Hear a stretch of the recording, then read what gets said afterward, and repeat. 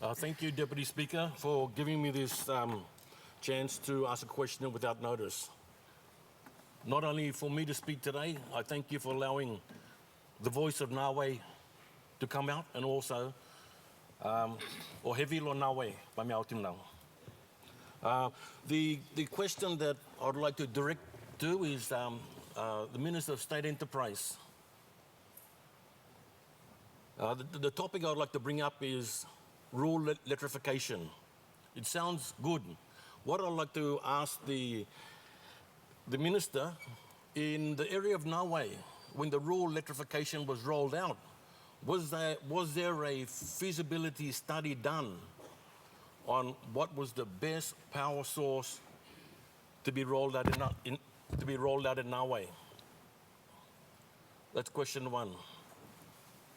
I believe at the moment, two roads, we have the Labuta Road and the Hobble Road, we have these beautiful power posts and this PNG power rolling out. But for the average person to benefit from this power, there's rules and regulations in place where if you want to connect to your house, you need a plan for your house. You need building board approval.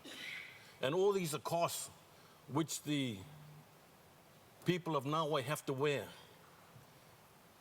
I know it's against the law to connect power to the house without these rules, without these approvals.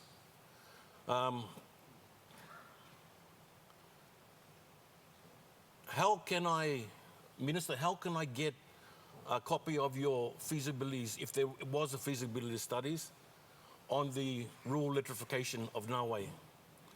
Because Nawae has been living in the dark for 47 years, and I think something should be in place where Nawae is brought into the light free of charge for another 47 years. Thank you very much. Honourable Minister for State Enterprise. Thank you, Mr. Assistant Speaker. I'd like to thank the good member for Nawae for this important question. To the best of my recollection, Mr.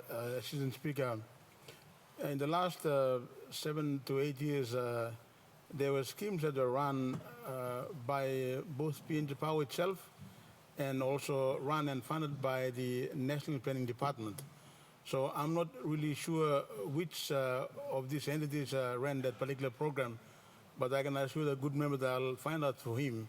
But if it was run by the company PNG Power, they would have done their own surveys first.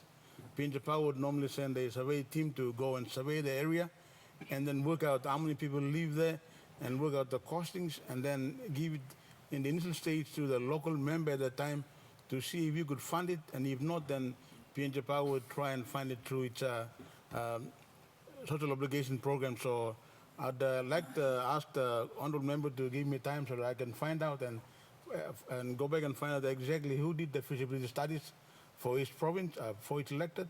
And if it was the case that PNG Power did it, then we will try our best to help the people of Nawae with that very important issue.